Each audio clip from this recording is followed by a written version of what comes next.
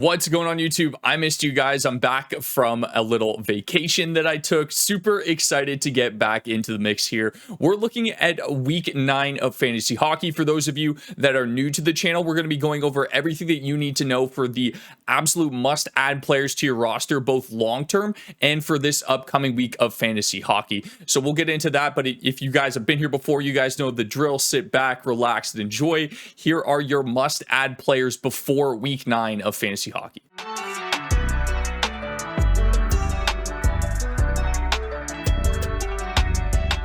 Again, typical out of the NHL schedule, those off nights will be the Monday, the Wednesday, the Friday, and the Sunday. So again, you want to add somebody at the start of your week if you're able to, or on this Sunday right now, so that going into next week, you'll have them available for the Monday if you do have an ad delay in your league. All right, so looking at the schedule for week 9, it is pretty heavily loaded. There's a bunch of teams that play 4 games, but only a handful that have those elite schedules. So if you're looking to stream any players, you definitely want to target somebody from either the Ducks or the Sharks because they have 4 games, and all 4 of which are off nights or less busy nights. And then there are a handful of teams as well that get 4 games and 3 off nights. So again, not too many teams have a really bad schedule going into this week, but if you do want to stream a player, I highly recommend grabbing somebody from either the Ducks or the Sharks. So my top streamer choices for the week, I gave you 2 forwards, 2 defensemen, and a goalie. Let's start with the goaltending, actually. Let's do Dobish and Montembeault, 33 to 48% owned. Montembeault is still higher owned. The Habs have 2 back-to-backs this week, so if you grab one of these guys off waivers, you're guaranteed at least 2 starts. For those of you that are in points leagues, this is great for any type of volume, especially if you're looking to add a goalie early on. Highly recommend that you guys add one of these 2 goaltenders. And then onto our forwards, we've got Kreider and Beckett Seneca. Anybody from the Ducks here works. I looked at Mason McTavish. He's pretty much like 50% owned, so he may not be readily available in most leagues. But Kreider's been on line 1 and power play 1 for a little bit here, playing around 17 minutes time on ice. These are the guys that we want to target, those guys around 17 minutes. In his last 15 games, he's got 7 goals, 5 assists, 5 power play points, 31 shots, 2 hits, and 5 blocks. Typically in the past, we've seen a ton of more hit volume out of Kreider. He's normally really good for that shot and hit mix, but he just seems to be shooting the puck a lot and is scoring at a pretty decent rate, and he's playing line 1, power play 1. So he's getting exposure to Leo Carlsson, who's been absolutely phenomenal this year, one of the best in the league. So you want to go ahead and grab Chris Kreider if he's available. And then Beckett Seneca has been a lot more consistent, I'd say, production-wise than Kreider has. He's currently skated line 2 and power play 2, again, around 17 minutes time on ice. In his last 10 games, he's got 9 points, 3 power play points, 20 shots, 10 hits, and 4 blocks. So a little bit better of a hit mix into there if you guys do count hits in your league. I think, again, the goal scoring upside and the power play 1 exposure to Kreider I like the most. Seneca's a good second spot, and he's basically half of the ownership as Kreider is. So if you can't get to Kreider, definitely go ahead and grab Beckett Seneca. And then 2 San Jose Shark defensemen here. Depends on which way you kind of want to go. Orlov is a little bit obviously much higher owned at 36% compared to Klingberg at 3, but Orlov is pair 2 and power play 2. He's playing over 21 minutes average time on ice in his last 10 games. His production hasn't really been there, and we have seen them kind of like flip-flop between him and Klingberg on the power play 1 there for San Jose. But he's a lot better in terms of the peripherals than a guy like Klingberg, for example, at least when it comes to the hit department. So if you want something a little bit more safer, a little bit more well-rounded, I would go Dmitry Orlov, even though he is on power play 2. And then John Klingberg as well at 3% owned is skating currently on power play 1, playing over 21 minutes average time on ice. His last 10 games, he's got 4 points, 3 power play points, 16 shots on goal. He's been in and out of the lineup a little bit, so just something to keep an eye on with him as well. And like I said, they have been kind of flip-flopping those 2 power play units. But anyone from the Ducks, anyone from the Sharks works this week. I looked at Will Smith. Again, he's kind of like up there in terms of his ownership percentage right now. He's been really good as of late. And then the Ducks, any of the Ducks defensemen, we talked about a couple. I'll talk about another one in this video for a more long-term ad. But again, any of those guys works, or any of the other teams that I mentioned in the previous slide where they have 3 off nights for this upcoming week. Moving on to our forward ads, Patrick Kane is definitely not a centerman. He is a right winger. He might be dual eligible So apologies on the typo there, but 38% owned. He's been lights out in his last 10 games. Line 2, power play 1, playing over 18 minutes time on ice. He's got 9 points in that span with 30 shots on goal. So Kane is shooting the puck a ton now that he's been back into the lineup after that brief injury. So I definitely recommend Kane moving forward if you're in a deeper league. If you're in a 12 to 14 team league, Kane is likely owned, but I would still add in either of those leagues. I don't think I would add him in a 10 plus team league. Or a 10 team league, excuse me, but he's been really good as of late and has been consistent, especially on that top power play unit that Detroit has going. They are absolutely lights out. So I would look to add Patrick Kane. Brock Nelson's really found his game as well. They've moved Ross Colton up to that second line with Nichushkin being out of the lineup, but we do know Nichushkin is a full participant in practice, and he will likely be joining the team for this week as well. So I'm assuming he's going to slot back into that top 6 role. The Avs are absolutely lights out right now. Their entire team has just been unbelievable. Like, they just put up 7 last game, so they are absolutely rolling over teams. The poor Habs just got like absolutely just demolished the last game. Sorry, Habs fans. But Nelson's 36% owned, and in his last 10, he's got 11 points, including 5 goals, one of which is on the power play. Again, he is on that second power play unit, so don't really anticipate a ton of power play points coming out of him. They like to run that top unit as long as they possibly can, but he does have 20 shots, so he's averaging around 2 shots a game. He's got 4 hits, he's got 3 blocks. He's starting to find his game here, Nelson, in that top 6 role, and I think once Nichushkin comes back, he's even more viable moving forward at 36% owned. I'm looking to grab him in 12 to 14 team leagues. Connor McMichael has also been lights out. He's giving me a little bit of Shane Pinto vibes, where, you know, he's kind of skating like in the top 9, sometimes on line 3, sometimes they mix him into the top 6. He's not on the top power play unit. Pinto is.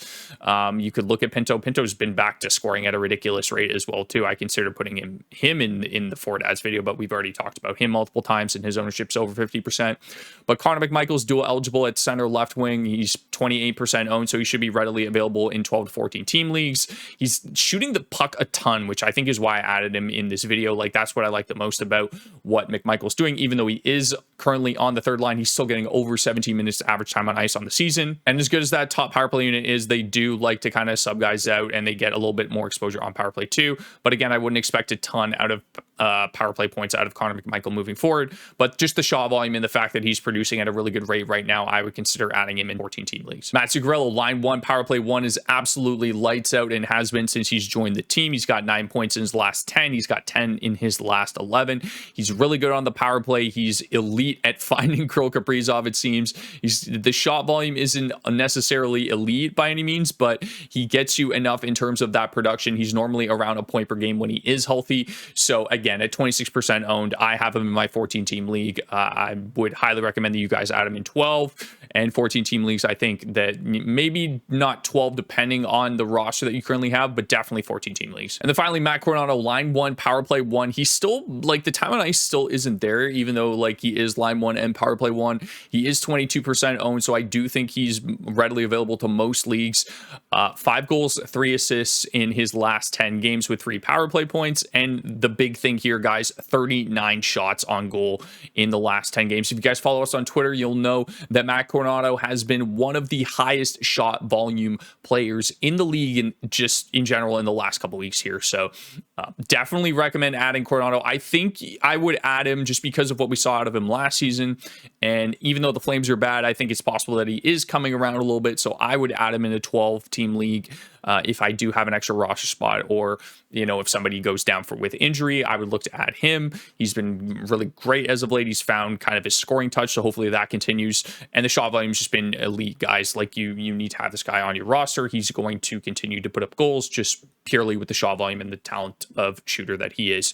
So I would add him in 12 plus team leagues as well. Moving on to our defenseman. Again, it's pretty thin pickings here. I talk about it every time I do a must-add video. This is why we tell you to prioritize defenseman early on, is because you just can't get a ton off the waiver wire unless there's a major injury that happens. Oliver Ekman-Larsson has been unbelievable in his last 15 games, let alone his last 10. He's got 10 points in his last 10. He's playing over 21 minutes time on ice. He's currently pair 1, power play 2, but he has been mixed into that power play 1 role. Him and Morgan Riley seem to be just kind of going back and forth. Berube doesn't really know if he wants one or the other. I don't know what's really happening in Toronto right now. It's a bit of a issue with their roster as a whole. But anyways, he's been really good across the board. 19 shots in his last 10, 13 hits in that span, 12 blocks. So he's getting you basically one of everything every single game, normally around 2 shots, and he's producing at basically, he's been a point per game for the past like 15 games. So 55% owned. If he's available in your league and you need a defenseman, I would definitely add him. And then speaking of guys that are capitalizing on injury opportunities, Darren Radish has been lights out in his last 10 as well too, playing the most minutes basically every single game for the Lightning right now. They are hammered with injuries and they're still consistently winning games. Radish has been a big part of that. He's skating pair 1 and power play 1. He's now on the season up to over 23 minutes time on ice.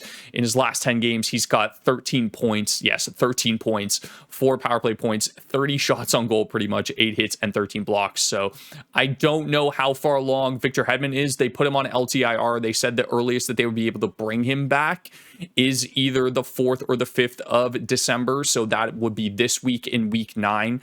So again, just something to keep an eye on. But I have a feeling that if Radish is, producing at this rate, that they might just leave him on power play 1 to start. And they've done that in the past before. So definitely have an eye on Darren Radish. Ben Sherratt, I wanted to add to the mix here because the peripherals have just been so good in terms of hits and blocks in his last 10. He's basically almost like 3 blocks a game and close to 2.5 hits a game. So he's been lights out, 14 shots in that time as well too. So he's getting the puck on net at the same time. He does only have 4 points. Again, don't expect any type of production out of this guy, but he's skating in a ton of minutes and peripherals. For those of you that are in Bangers Cats leagues, he's probably already owned.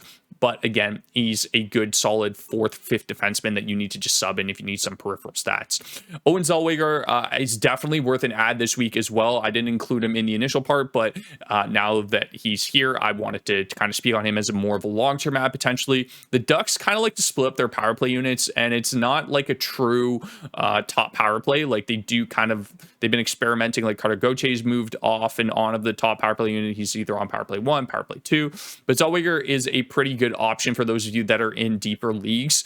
So pair 2, power play 2, he's playing around 20 minutes a night. In the last 15 games, he's got 8 points, so pretty consistent for like a top 4D. 1 power play point. Again, I'm not crazy on the power play production moving forward, but he does get some exposure, and it's not just like him getting the last 30 seconds of the power play. He's got 30 shots on goal in that time, which I think is the big factor here, and he's getting you basically around 2 shots a game, 7 hits, and over a block a game as well. So I think he's a good, solid defenseman in a deeper league if you need to add someone, and he's got a really good week coming up in week 9. So at the very least, you can add him for this week and capitalize on the schedule. And then one final note here, Sean Durzi was on power play 1 last game.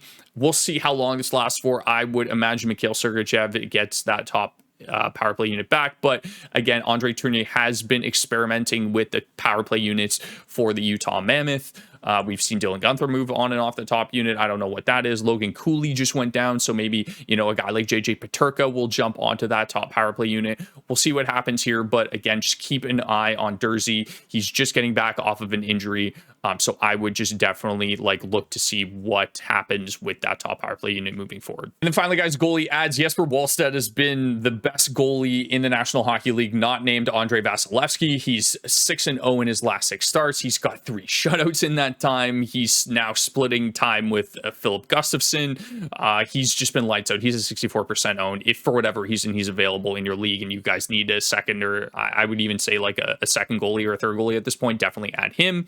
Joseph Woll, the Leafs are terrible, but Woll's going to get a ton of volume moving forward with Stolarz being out. So if you guys need a volume starter, Woll is definitely your guy moving forward on a half decent team. Again, the Leafs are very bad right now, but again, all it takes is a couple of games for them to turn it around. Dan Vladar should be getting the majority of the volume going forward. He's 4-1-0 in his last 5 starts with a 901 save percentage. So again, counting stats like the goals against and the save percentage won't necessarily be the highest, but he should get a ton of volume moving forward and does seem to be that number one guy in Philadelphia right now. And then Devin Cooley, I saw he started 4 of his last 5 games for the Flames. I don't know if that's with an injury with Dustin Wolf, but Wolf is starting this game today on the Sunday. But Cooley had a 927 in that time. So I'm curious if he decides to get or if they decide that he's going to get more volume moving forward. So just something to keep an eye on as well here at 8% own. Again, for those of you that are in deeper leagues, if you're struggling to find a goaltender or if you need a goalie for whatever reason and you're in a Cats league, I think Cooley is a decent option moving forward. That will do it for this video, guys. So happy to be back. Let me know in the comments down below any type of questions that you have either for week 9 or who you should add, who you should drop moving forward. I will be in there answering all of those questions for you guys. So be sure to leave a comment if you have any questions. But that's going to do it for me, guys. Thank you again. Make sure to hit that like and subscribe button. I will see you in the next video.